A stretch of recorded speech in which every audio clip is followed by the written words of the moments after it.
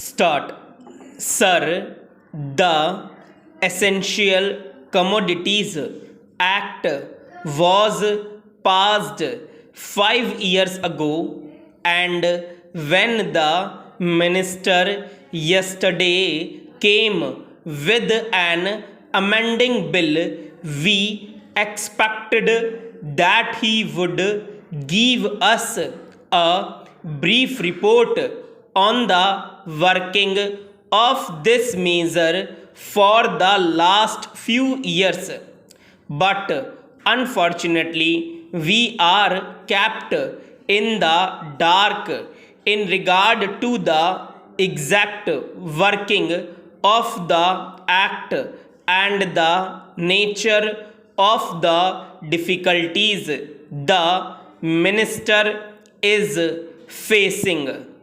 Sir, as far as I know, many of the provisions of this enactment have been observed more in violation by his agents at the state level. The food minister may be very earnest, may be very able, and may be very anxious to see that the various provisions of the act are implemented in the most effective manner at the state level, but unfortunately, his agents at the state level are not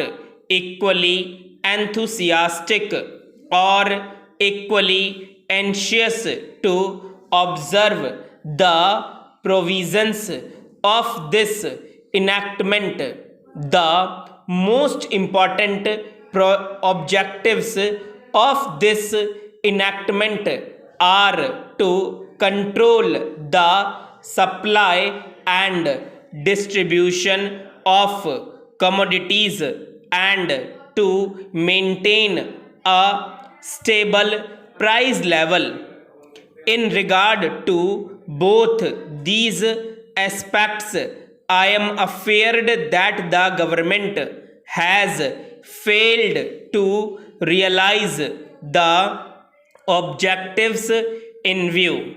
Some time passed when there was scarcity of food grains. Attempts were made to make procurement from certain wholesale merchants and from rice mills. In my own state, I know of many instances of such procurement where, after making known that certain things had to be done and certain steps had to be taken by the merchant community, nothing was done. Later on, by the government, when they found that these very orders of the government were violated. As a result of the violations, there was a consequent rise in the prices of food grains. In respect of other commodities like iron and steel, paper, etc., we see a lot of speculative activities, but the provisions of the act have not been brought to bear on them.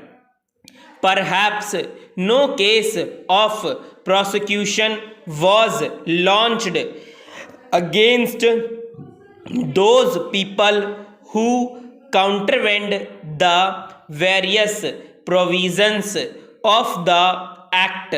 We are interested to know in how many cases the government have taken steps to prosecute individuals who have violated the various sections of the Act. The minister said that the powers under the Act were not adequate. We sympathize with the food minister, but I want to know what action has been taken in this regard by the various state governments.